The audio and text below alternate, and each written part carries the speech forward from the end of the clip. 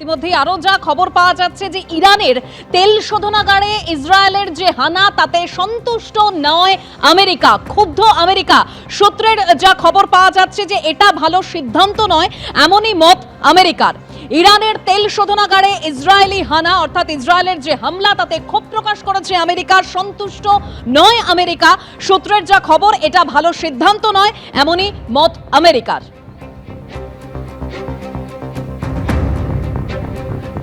মুহুর্মুহু বোমাবর্ষণ, ইরানের কাছে ভেসেলে আটক এবার দুই বাঙালি।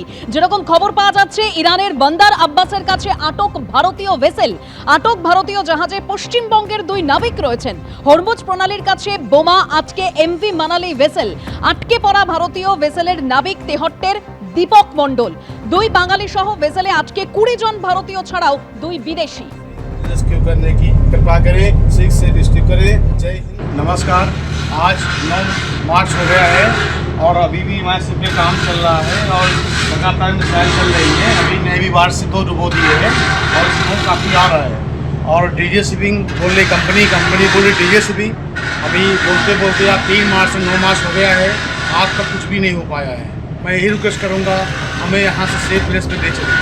যে মোজতবা খামেনির হাত ধরে ইরান আবার ঘুরে দাঁড়ানোর চেষ্টা করছে, কারণ সর্বোচ্চ নেতা হিসেবে মোজতবা খামেনির নাম গতকালই ঘোষণা করেছে ইরান। এবং আজকের যে খবর, খামেনি পুত্রের নামে এবার ক্ষেপণাস্ত্র দিয়ে হামলা ইরানের।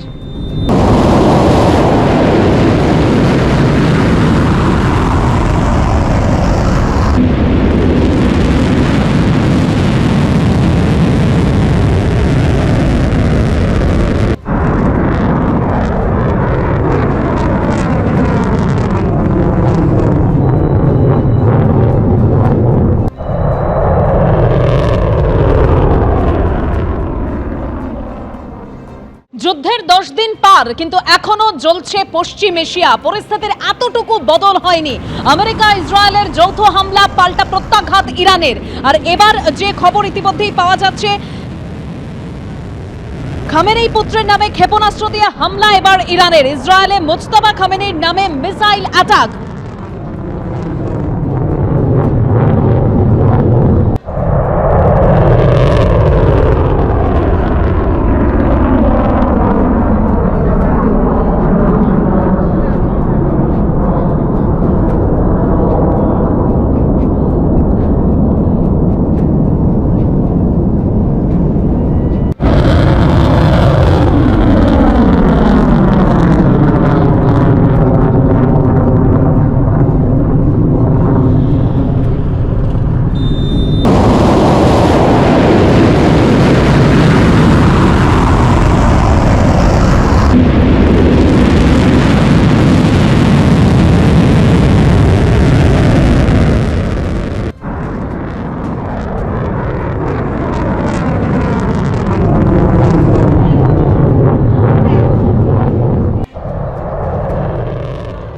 এবিপি আনন্দ, এগিয়ে থাকে, এগিয়ে রাখে।